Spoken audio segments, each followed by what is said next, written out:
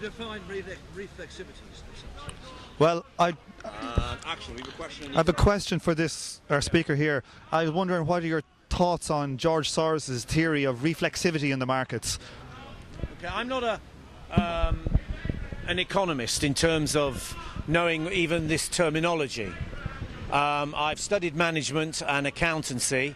I've worked in businesses. I've worked in the National Health Service. I've worked in the civil service. My sincerest opinion is that the people that work in the whole field that George Soros works in are basically producing nothing that you can touch, that you can sleep in, that you can wear, or that can make you better.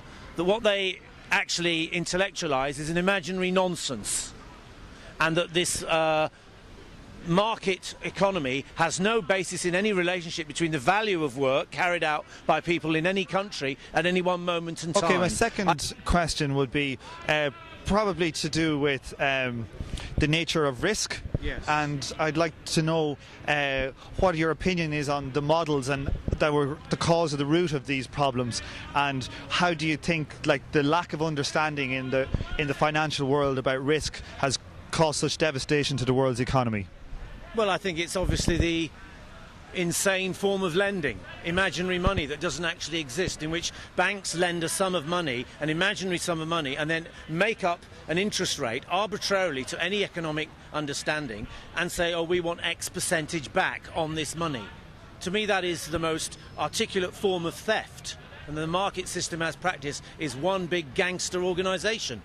And do you see it all as some kind of like a sin, like on a level of usury, or is it more on a moral level that you're coming from? It's as bad, worse, because people's lives, all of our lives, are totally bludgeoned by the events that took place 2 years ago, and our lives are determined. In fact, we have no accountability at all as to manage our own economic lives.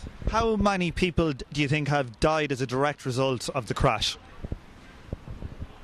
Well, I knew that I've worked in psychiatry, and I know that suicides have gone up in this country in the last 12, 18 months. So if you just put a number on it, because sometimes economics is very far removed from reality. Like when you put it in terms of lives and deaths, well, I don't know how many.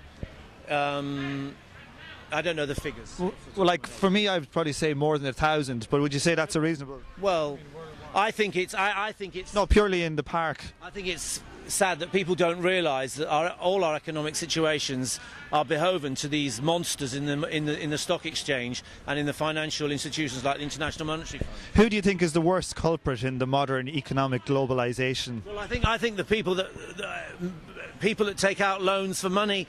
You know, people in America are taking mortgages out from Bear Stearns or whatever when they don't even have any proof of their income, and the company's saying, oh, we'll lend you this money. This is insanity.